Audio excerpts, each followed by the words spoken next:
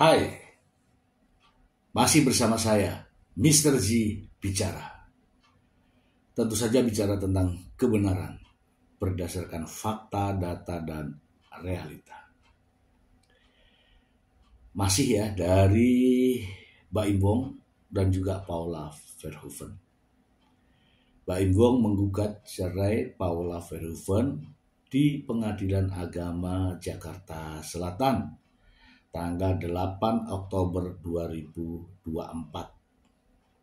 Sampai hari ini belum ada keputusan apakah perceraiannya disetujui, diterima, hak asuh anak jatuh kepada siapa, belum ada. Namun teman-teman, ini adalah minggu terakhir di mana hakim akan memutuskan siapakah yang berhak mendapatkan hak asuh atas kedua putranya.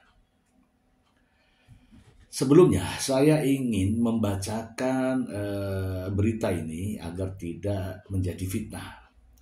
Karena kalau dikatakan fitnah itu katanya ya lebih kejam daripada pembunuhan. Saya tidak mau itu, makanya kita membaca dulu informasi ini langsung dari sumbernya, Kompas.com ya. Dari Kompas.com, Baim Wong respon soal video anaknya histeris ketika didekati Paula Verhoeven. Jakarta, Kompas.com. Beberapa waktu lalu, artis Paula Verhoeven sempat mengunggah video tentang buah hati di Instagramnya Paula Verhoeven hingga mengeluh soal perangai kedua putranya yang berbeda. Dalam video yang dibagikan oleh model berusia 37 tahun ini, terlihat putra keduanya yang begitu histeris saat melihat kedatangan Paula di rumah. Bocah polos itu langsung menangis hingga meminta sang ibunda untuk segera pulang. Rupanya putra kedua itu tampak khawatir kedatangan Paula di rumah akan membuat ayahnya, Baim Wong, marah. "Mama jangan di sini, nanti papa marah," ucap putra kedua Paula dalam Instagram Paula Verhoeven yang dikutip pada Minggu 9 Maret 2025. Karena ucapan tersebut, netizen rame-rame menyerbu Instagram Baim Wong dan menghujatnya di kolom komentar. Banyak warganet yang meluapkan kekesalannya lantaran menilai Baim begitu tega membuat putranya yang masih kecil itu bisa berpikir demikian. Melihat komentar itu, ayah dua anak itu pun langsung memberikan balasannya. Alih-alih marah, Baim menjawab dengan santai. "Semoga saya gak seperti itu," balas Baim Wong di kolom komentar. Sementara itu, banyak netizen yang juga menyerukan ajakan memboikot Baim Wong. Mulai dari karya hingga eksistensinya di dunia hiburan. Ajakan boikot itu sebagai bentuk kekesalan netizen terhadap Baim Wong. Sepiin jobnya, jangan nonton vlognya, hilangkan popularitasnya, boikot, tulis @bla bla bla. Boikot aja tuh film yang diproduserin sama Baim, cancel culture lagi. Artis-artis yang kayak gini, gak usah dikasih naik daun, kasihan istrinya, komentar @xz. Seperti diketahui, Baim menggugat cerai Paula di Pengadilan Agama Jakarta Selatan pada 8 Oktober 2024 lalu. Dan persidangan tengah berjalan. Kasus perceraian Baim Wong dan Paula Verhoeven cukup menjadi sorotan publik. Oke, itu benar ya teman-teman ya, kita benar ya. Informasi ini benar bahwa memang berita ini menyita kita ya. Menyita kita karena yang bersangkutan adalah public figure yang banyak digemari oleh masyarakat ya. Sebelumnya saya ingin sampaikan ya teman-teman ya. Dalam hidup manusia itu punya masing-masing cerita. Saya punya cerita, teman-teman juga punya cerita masing-masing. Dan cerita itu adalah jalannya. Jalannya, iya jalannya. Mbak Imbong punya cerita, Paula Verhoeven punya cerita, teman-teman, wartawan juga punya cerita masing-masing. Dan cerita hidup itu adalah jalannya. Tidak bisa dilewatin begitu saja, tidak bisa dihindari begitu saja, tidak bisa. Semua adalah jalannya. Yang saya maksud di sini adalah kita harus menyadari bahwa apa yang kita lakukan sekarang ini dan apa yang akan terjadi besok, lusa, dan yang akan datang, semua itu adalah jalannya. Tidak bisa kita menghindari jalan itu. Dan tidak bisa kita melalui jalan itu hanya dengan melewati saja. Tanpa menemukan arti dan makna dalam perjalanan itu. Mohon maaf teman-teman, saya ada data di sini ya bahwa Paula Verhoeven itu bertunangan dengan Mbak Im Wong pada 21 Juli 2018. Oke. Kemudian menikah tanggal 22 November 2018. Oke, dalam pernikahan itu mungkin saja Mbak Im Wong dan Paula Verhoeven tidak menginginkan yang sekarang ini. Adanya perceraian. Tidak. Karena dalam pernikahan itu pastilah memikirkan hal-hal yang indah-indah untuk masa depannya. Namun ada kejadian yang menarik yaitu pada tanggal 8 Oktober 2024 ketika Mbak Im Wong melakukan konferensi pers yang menyatakan bahwa ia telah menggugat cerai. Ya, yang menggugat cerai Paula Verhoeven. Kagetlah semua kita. Ya termasuk saya adalah orang penggemar ya, seorang penggemar yang kaget dengan apa yang dikatakan oleh Mbak Im Wong. Nah, apakah Mbak Im Wong dari awal menginginkan itu? Tentu saja tidak. Ya, kehadiran Keanu yaitu pada tanggal 27 Desember 2019 sekarang sudah masuk usia 5 tahun. Dan Kenzo El Drago Wong pada 9 Oktober 2021. Jadi ya gugat cerai tanggal 8, kemudian lahirnya tanggal 9. Ini kisahnya ya.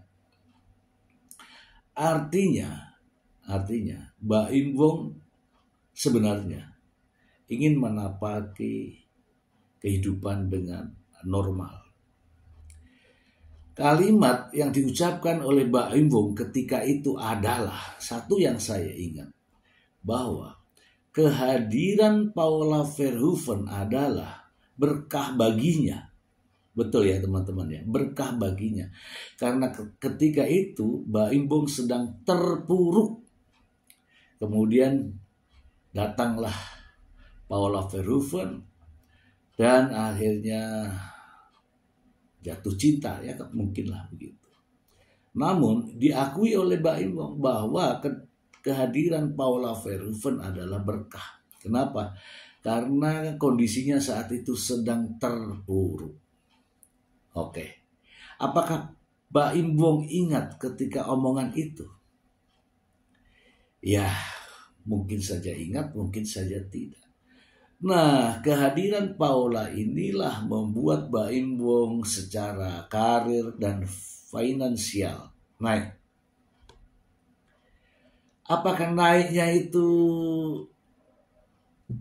bukan ujian? Itu ujian teman-teman.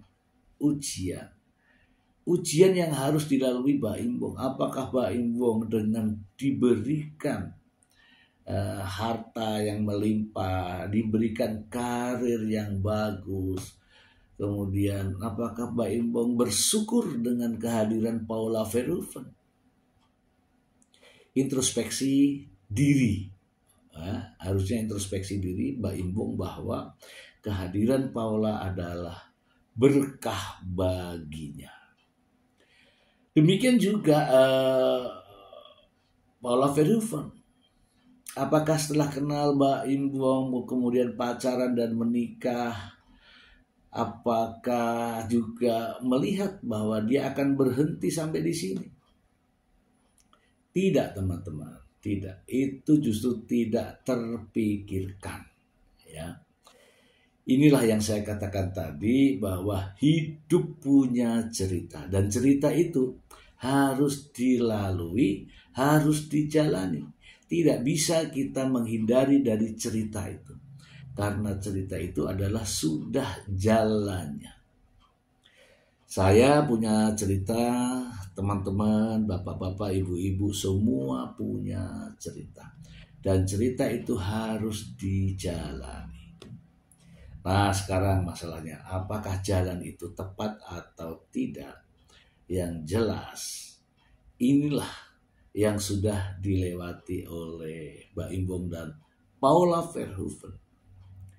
Saya sejujurnya sudah 30 tahun menjalani rumah tangga. Perjalanan namanya rumah tangga itu ya macam-macam.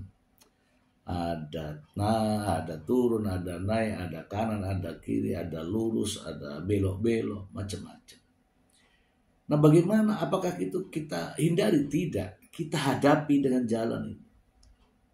Nah, masalahnya di sini, Mbak Imbong barulah, ya kalau 2018 itu 6 tahun lewat sedikit. Itu masalahnya. Cepat mengambil keputusan, dan keputusan itu tidak dipertimbangkan. Tapi sudahlah, harus dijalani. Jalan hidup seseorang punya cerita masing-masing. Dan ceritanya adalah jalannya. Oke, teman-teman. Nah, begitu gugatan cerai ini dilayangkan, ceritanya macam-macam. Adalah yang namanya perselingkuhan, ada yang namanya hak asuh anak, ada yang namanya KDRT, ada ya yang lebih menohok lagi, adanya utusan. Ini utusan ini. Sadar atau tidak, Mbak Imbong nggak perlu ngebantah. Sadar atau tidak, Kenzo ini adalah utusan.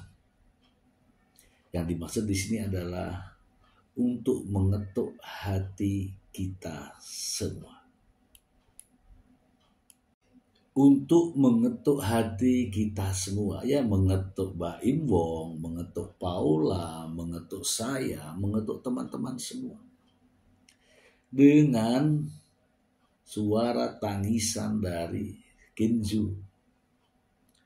Apakah ini kita rencanakan? Tidak.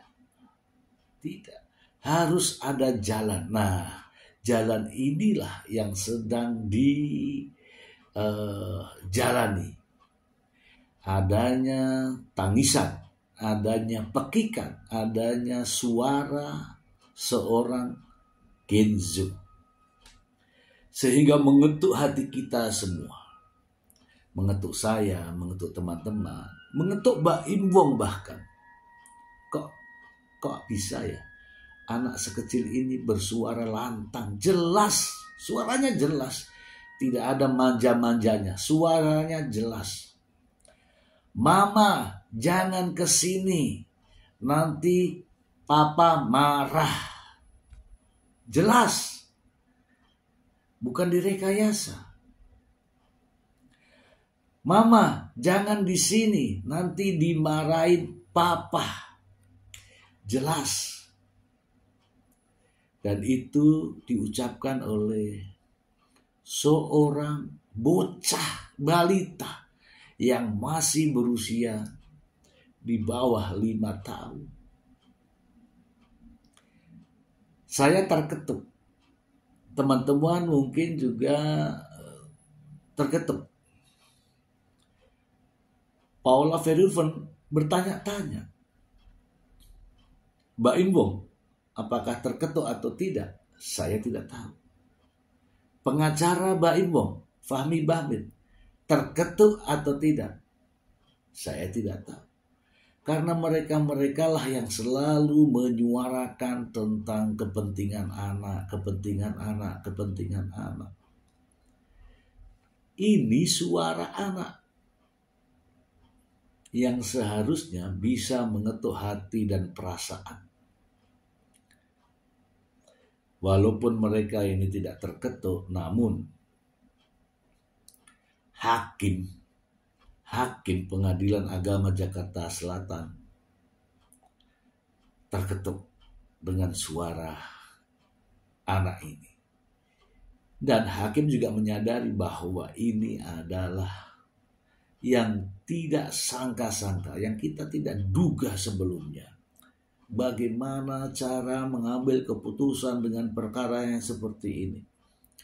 Karena dalam kesulitan, dalam kebimbangan, tiba-tiba muncullah pekikan suara seorang anak yang masih berusia di bawah 5 tahun.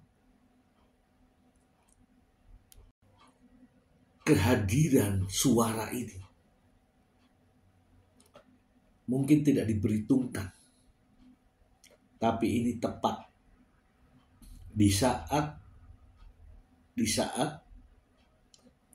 sidang menghadapi dari akhir keputusan. Kenzo adalah cahaya.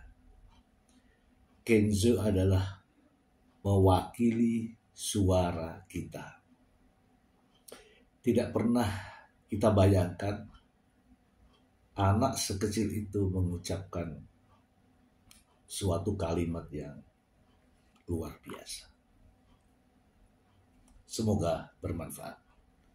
Terima kasih. Adiknya di mana, Kak? Nanti Papa marah.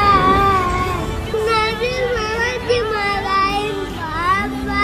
Oh iya, Kak, Papa tuh baik, Adik. Papa nggak marahin Mama kok, sayang. Nih, Mama bawa makanan. Adik udah mau makan. Mama cuma bawa makanan. Ih,